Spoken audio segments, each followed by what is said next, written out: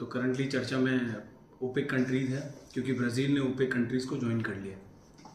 तो हम समझने की कोशिश करते हैं कि ओपेक कंट्रीज़ क्या है, आज इसकी क्या रिलेवेंस है, ठीक है, और ब्राज़ील ने इसको क्यों ज्वाइन किया है।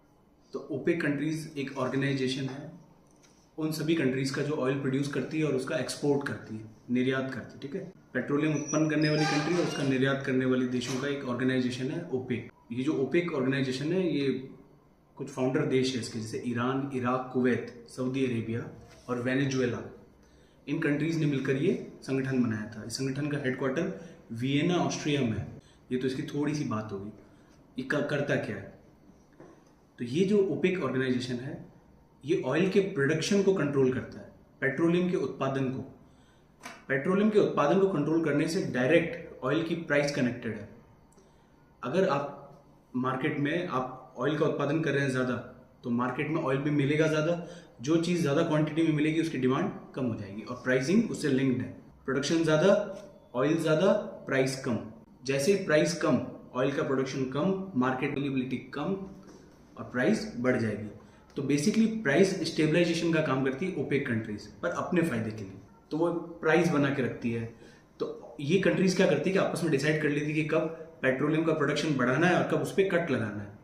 तो इस तरह ये वर्क करती है। अब इसकी अगर बात करें कि कैसी संस्था है, तो ये one of the most dominant player है ऑयल मार्केट में। बहुत ज़्यादा ऑयल का रिजर्व, एक तो ये जो कंट्रीज हैं इनके पास बहुत बड़ा ऑयल रिजर्व है, ठीक है। फिर ये एक ऑर्गेनाइजेशन की तरह बिहेव करती है, तो ये मार्केट में जो ऑयल की प्राइस है उसको डायरेक्टली अफेक्ट करती है।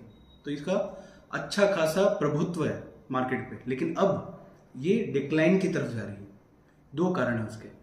एक तो मार्केट में दूसरे ऑयल प्रोड्यूसिंग कंट्री का आ जाना, जैसे अमेरिका। यूएसए में शेल गैस डिस्कवर हुई, उसके बाद से यूएसए के पास पेट्रोलियम का भंडार इन सभी ओपेक कंट्री से ज़्यादा है। यूएसए का भी प्रभाव बहुत ज़्यादा पड़ता है कि वो प्राइसिंग क्या रख रहा है, प्रोडक्शन कितना कर रहा है, बढ़ा रहा है, घटा रहा है।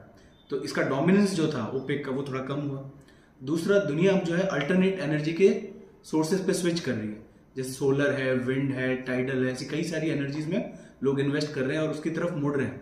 तो इससे भी, इन दो कारणों से ओपेक का जो प्रभुत्व है वो कम हो रहा है। अब चलते हैं ब्राजील की तरफ। तो ब्राजील इतने सालों से इसका सदस्य नहीं था, जबकि ब्राजील के पास अच्छा खासा पेट्रोलियम रिजर्व है। तो ब्राजील, अब ऐसा क्या हुआ कि ब्राजील इसकी तरफ आ रहा है, और पहले ऐसा क्या था कि नहीं था। तो एक ही कारण था पहले ऐसा, कि जैसे ही ओपेक कंट्रीज ऑयल का प्रोडक्शन कट करती थी, उसी समय जैसे प्रोडक्शन कट किया, मार्केट में ऑयल कम होने लगा, उसी और प्राइस उसकी बढ़ने लगती थी। ठीक उसी समय ब्राजील अपना ऑयल बेच देता था हाई प्राइसेस पे। इसके अलावा ब्राजील को ओपेक से बाहर रहने का कोई फायदा नहीं था।